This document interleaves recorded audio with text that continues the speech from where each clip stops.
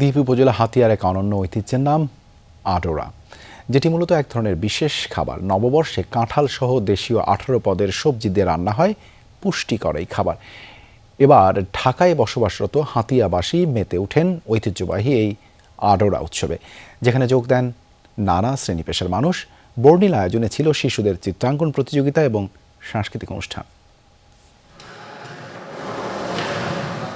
চারপাশেই উৎসবের আমেজ, বিশাল হাড়িতে রান্নার মহা আয়োজন। বিচ্ছিন্ন দ্বীপ হাতিয়া উপজেলার ঐতিহ্যবাহী আডোরা রান্নার এই আয়োজন খোদ রাজধানীতে, যেখানে প্রধান উপকরণ এঁচড় বা কাঁচা কাঁঠাল, থাকে 18 পদের গ্রীষ্মকালীন সবজি।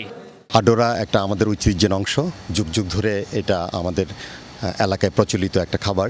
এটা মূলত বৈশাখের প্রথম দিন আমরা রান্না করে থাকি। সবজি এবং এই জিনিসগুলো একত্রিত করে আমরা এই আডোরাটা তৈরি করছি। আগের যে স্বাদ বা যে ঐতিহ্য সেটাকে আরও বৃদ্ধি করবে এবং আমরা সে নামটাই, যে আডোরা নামটা, সেটাই ধরে রাখার জন্যই আমাদের এই প্রয়াস।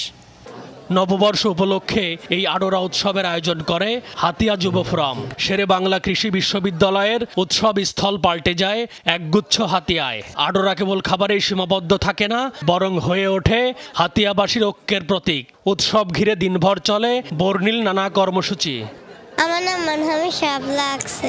আমি কাবা শরীফ এঁকেছি। এটা হচ্ছে একতারা আঁকছে, একটা হচ্ছে ঢোল আঁকছি। বৈশাখ মেলার একটি ছবি এঁকেছি। পরিবেশ দূষণের ফলে কি হতে পারে, মানে পরিবেশের রূপ কেমন হতে পারে, সেটা এখানে তুলে ধরা হয়েছে। সবুজ শ্যামল শান্ত পরিবেশ গ্রামের বুঝাচ্ছি। ব্যস্ত নগরীতে বহুদিন পর পরিচিত ও প্রিয় মুখের সঙ্গে দেখা হওয়ার উপলক্ষ তৈরি করেছে এই আয়োজন। এর মাধ্যমে হাতিয়ার ঐতিহ্য সংস্কৃতি টিকে থাকবে, এমনটাই প্রত্যাশা দ্বীপবাসীর। খুব ভালো লাগছে, মানে হাতিয়ার সবাই, আমরা যে হাতিয়ার নারী টানে সবাই এখানে আসা। না আসলে আমি বুঝতে পারতাম না যে এই অনুষ্ঠানটা কেমন হচ্ছে। পরবর্তী প্রজন্মের জন্য এই আডোরা উৎসব খুবই গুরুত্বপূর্ণ ভূমিকা রাখবে। আমার বাড়ি, আমার রাস্তা, আমার আশেপাশে প্রতিবেশী, বন্ধুবান্ধব সবকিছু আমাকে ভীষণভাবে টানে। হাতিয়ার সাথে যদি যোগাযোগটা ব্যবস্থা আরো উন্নত মানের হয়, তাহলে সেক্ষেত্রে দেখা যায় আমরা আরো বেশি আসা যাওয়া করব। সবাইকে আবার একসাথে করার জন্য এই উৎসবটা।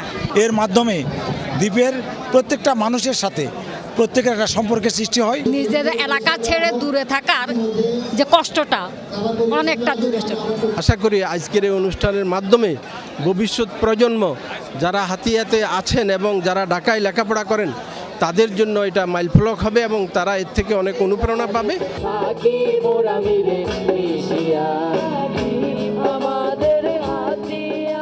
যান্ত্রিকতার এই যুগে শেকড় ভুলতে চায় না হাতিয়ার মানুষ।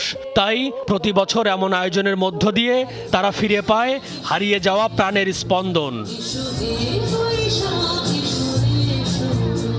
M A Aziz, Jamuna news, Dhaka.